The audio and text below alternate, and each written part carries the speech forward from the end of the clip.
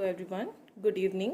So today's topic is number system from class 9th. Okay, मैंने class 10th का एक topic ख़त्म कर दिया है, उसके कुछ एक्सरसाइजेज हैं एनसीईआरटी के, वो कराने बाकी हैं। और फिर केमिस्ट्री का एक टॉपिक मैंने स्टार्ट करा है, matter in our surrounding, and today we start with number system.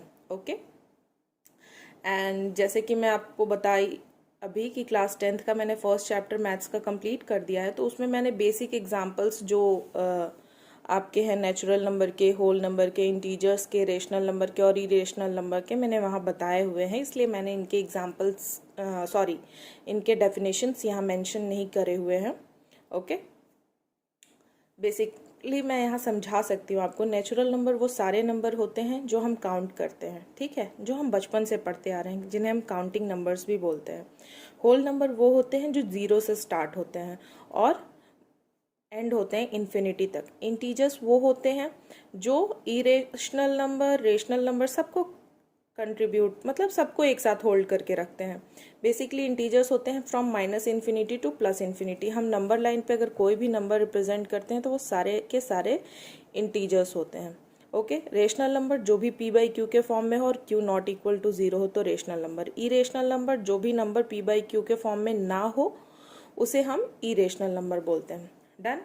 Next topic is equivalent rational number. क्या होता है इक्विवेलेंट रेशनल नंबर? जैसे कि अगर मान लीजिए कोई एक नंबर है 1/2, ये रेशनल नंबर है, ऑब्वियसली p बाई क्यू के फॉर्म में है और q नॉट इक्वल टू 0 है, तो इसकी इक्विवेलेंट हम कैसे निकाल सकते हैं? तो इसमें अगर हम 2 से ऊपर नीचे मल्टीप्लाई कर दें तो यहाँ आ जाएगा 2/4, लेकिन मैं इसे कट करूंगी तो ये फिर से आ जाएगा 1/2, तो ये इक्विवेलेंट है इसके।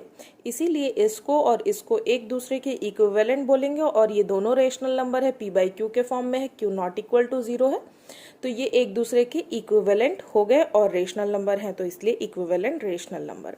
जैसे कि मैंने एग्जाम्पल में भी दिया 1/2, 2/4, 10/20, 25/50, सबको आप कट करोगे तो देखोगे 1/2 ही आ रहा है। ओके, एक नोट में आप मेंशन कर सकते हो, there are infinitely many rational numbers, symbol under root indicate the square root of number. Example √4 is equals to 2।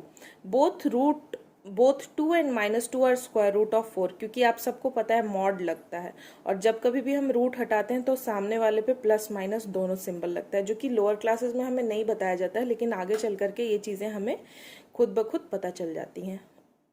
Okay, next topic is real number. Real number भी मैंने पहले बता चुका है आपको। Recurring, more over a number whose decimal expansion is terminating or non-terminating recurring is rational। Obviously वही बात है। ओके, इसके बाद आप कुछ पॉइंट्स चाहो तो मेंशन कर सकते हो, इससे बहुत सारे फिलिंग द ब्लैंक्स बनते हैं, और ट्रू फॉल्स में भी आता है, कई बार असर्शन रीजन टाइप के क्वेश्चंस में भी ये पूछ देता है। जैसे द सम और difference of a rational number and irrational number is always irrational.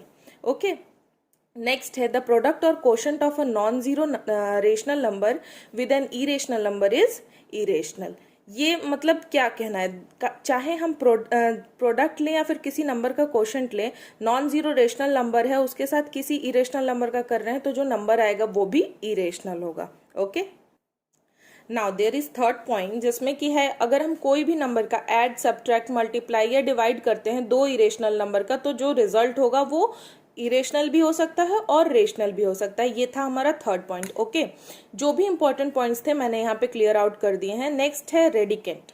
What is radicand? आप सब पढ़े होगे कहीं ना कहीं, क्लास 8th में आप सब ने पढ़ा होगा एक्सपोनेंट। जब आप एक्सपोनेंट पढ़ते हो तो भी आपके यही सारे टर्म्स होते हैं, लेकिन थोड़ा सा डिफरेंट होता है।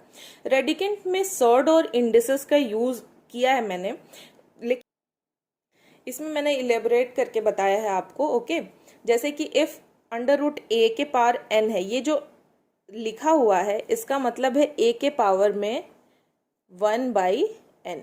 ओके, ये एक सर्ड है, लेकिन जो यहाँ पे n है वो इसका पावर है, और इसको ऑर्डर ऑफ सर्ड भी आप बोल सकते हो, और a जो है यहाँ पर वो उसको हम बोलेंगे रेडिकेंट। इसके कुछ लॉज हैं जो कि बहुत बेसिक हैं, आप जितने भी फॉर्मूले बेसिक जानते होगे पहले से अलजेब्रा के, वही सारे हैं जिसको मैंने थोड़ा सा फॉर्मुलेट करके लिखा है। जैसे कि a और b दो पॉजिटिव रियल नंबर हैं, तो उसके बेसिस पे अगर हम कोई फॉर्मूला लिखना चाहें तो अगर अंडर रूट ए बी है, ऑब्वियसली सबको पता है कि under root A into under root B करते हैं तो अंडर रूट ए बी आता है। और अपॉन में अगर है अंडर रूट ए अपॉन बी है तो ये भी डिवाइड हो सकता है रूट ए अपॉन रूट बी। इसको हम ऐसे भी लिख सकते हैं और ऐसे भी लिख सकते हैं। इसी तरीके से अगर अंडर रूट में 2/3 है तो इसको under root 2 upon under root 3 लिखा जा सकता है। इससे क्या होता है, जब हम रैशनलाइजेशन करते हैं तो उसमें हमें बहुत बेनिफिट मिलता है, इसीलिए मैं ये सारे फॉर्मूले आपको लिखवा रही हूँ।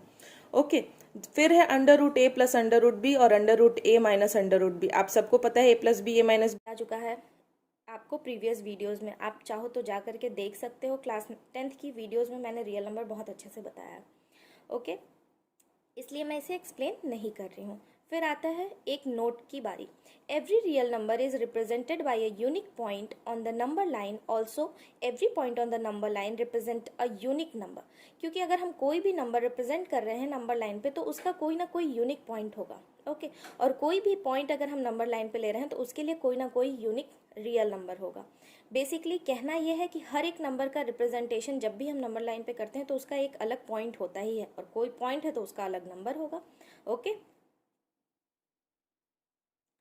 सो अब बात करते हैं कुछ केसेस की। हमारे रेशनल और इरेशनल नंबर के कुछ केसेस होते हैं। जैसे कि केस 1 में मैंने लिखा है कि जब रिमाइंडर हमारा 0 हो जाता है, जैसे कोई भी नंबर हम डिवाइड करें, जैसे 1/2 है, हम अगर 2 से 1 को डिवाइड करते हैं तो हमारा 0.5 अराउंड आता है। ओके, वो एक नंबर के बाद टर्मिनेट हो गया, खत्म हो गया। लेकिन अगर वही हम कोई और नंबर ले लेते हैं जैसे कि 22/7, ये किसी भी पॉइंट पे खत्म नहीं होता है। ठीक है, तो इन दोनों को हम क्या कहते हैं, जो नंबर्स टर्मिनेट हो जाते हैं, मीन्स कि खत्म हो जाते हैं after finite number of steps, we call the decimal expansion of such numbers as terminating decimal number और टर्मिनेटिंग एक्सपेंशन। ओके, ये हम कहते हैं। नेक्स्ट केस में है जब रिमाइंडर हमारा खत्म ही नहीं होता। ऐसे आपके बुक में बहुत सारे क्वेश्चंस भी होंगे जिसके ऊपर बार लगे होते हैं, उनको हमें P/Q के फॉर्म में कन्वर्ट करना होता है। तो वो होते हैं non terminating recurring. The remainder never becomes 0। In this case we have a repeating block of digit in the quotient. This expansion is called non terminating recurring. Like आप 2/3 करोगे तो ये रिपीट होता जाएगा। इसी तरह अगर मैं 1/3 भी करूँ तो ये भी रिपीट होता जाएगा। कितना आएगा, 0.333 एंड ख़त्म ही नहीं होगा। तो इसीलिए इसको हम लिखने का तरीका है 0.3 बार। इसी तरीके से 22/7 जिसकी वैल्यू पाई की वैल्यू होती है, इसीलिए 22/7 रेशनल होता है, लेकिन पाई की वैल्यू हम डायरेक्टली जानते हैं 3.14 और वो इरेशनल होता है। The repeated digits are written as, जो कि मैं यहाँ पे भी आपको एक बार बता चुकी हूँ। ओके, इसमें भी कुछ नोट है, जैसे the decimal expansion of rational number is either terminating और नॉन टर्मिनेटिंग। क्योंकि 22/7 है, ये नॉन टर्मिनेटिंग है। ठीक है, लेकिन वहीं पे वो बाकी सारे 7/8, 1/2, 3/4 ये सारे टर्मिनेटिंग थे। उसके बाद तो लिखा हुआ है, इसका मतलब है a के पावर में 1/n। ओके, ये एक सर्ड है, लेकिन जो यहाँ पे n है वो इसका पावर है, और इसको ऑर्डर ऑफ सर्ड भी आप बोल सकते हो। और a जो है यहाँ पर वो उसको हम बोलेंगे रेडिकेंड। इसके कुछ लॉज हैं जो कि बहुत बेसिक हैं। आप जितने भी फॉर्मूले बेसिक जानते होगे पहले से अलजेब्रा के, वही सारे हैं जिसको मैंने थोड़ा सा फॉर्मुलेट करके लिखा है। जैसे कि a और b दो पॉजिटिव रियल नंबर हैं, तो उसके बेसिस पे अगर हम कोई फॉर्मूला लिखना चाहें तो अगर अंडर रूट ए बी है, ऑब्वियसली सबको पता है कि under root A into under root B करते हैं तो अंडर रूट ए बी आता है। और अपॉन में अगर है अंडर रूट ए अपॉन बी है तो ये भी डिवाइड हो सकता है रूट ए अपॉन रूट बी। इसको हम ऐसे भी लिख सकते हैं और ऐसे भी लिख सकते हैं। इसी तरीके से अगर अंडर रूट में 2/3 है तो इसको under root 2 upon under root 3 लिखा जा सकता है। इससे क्या होता है, जब हम रैशनलाइजेशन करते हैं तो उसमें हमें बहुत बेनिफिट मिलता है, इसीलिए मैं ये सारे फॉर्मूले आपको लिखवा रही हूँ। ओके, फिर है under root A plus under root B और under root A minus under root B. आप सबको पता है a plus B A minus B क्या होता है, a square minus B square. चूंकि यहाँ पे रूट ए और रूट बी है इसीलिए a माइनस बी आ गया। फिर है a plus under root B और a minus under root B. यहाँ पर भी सेम फॉर्मूला लग रहा है, तो इसीलिए a के ऊपर अंडर रूट नहीं है तो a स्क्वायर हो गया माइनस में b। अब यहाँ पे करेंगे तो देखो क्या होता है, जब कभी भी दो नंबर्स ऐसे मल्टीप्लाई होते हैं तो जो ये है एक बार इससे मल्टीप्लाई होगा, एक बार इस डिजिट से मल्टीप्लाई होगा। ओके, फिर ये जो है एक बार इससे मल्टीप्लाई होगा, एक बार इससे मल्टीप्लाई होगा, तो ये आपके 4 टर्म्स आएंगे। Under root A into under root सी जो कि आएगा अंडर रूट ए सी इसके अकॉर्डिंग पे। फिर है under root A into under root D under root A D. फिर है under root B into under root C under root B C. फिर है under root B into under root D under root B D. ये है आपका एक formula. फिर next है under root A plus under root B का whole square. आप सबको पता है कि ए प्लस बी का होल स्क्वायर क्या होता है, A square plus B square plus 2ab।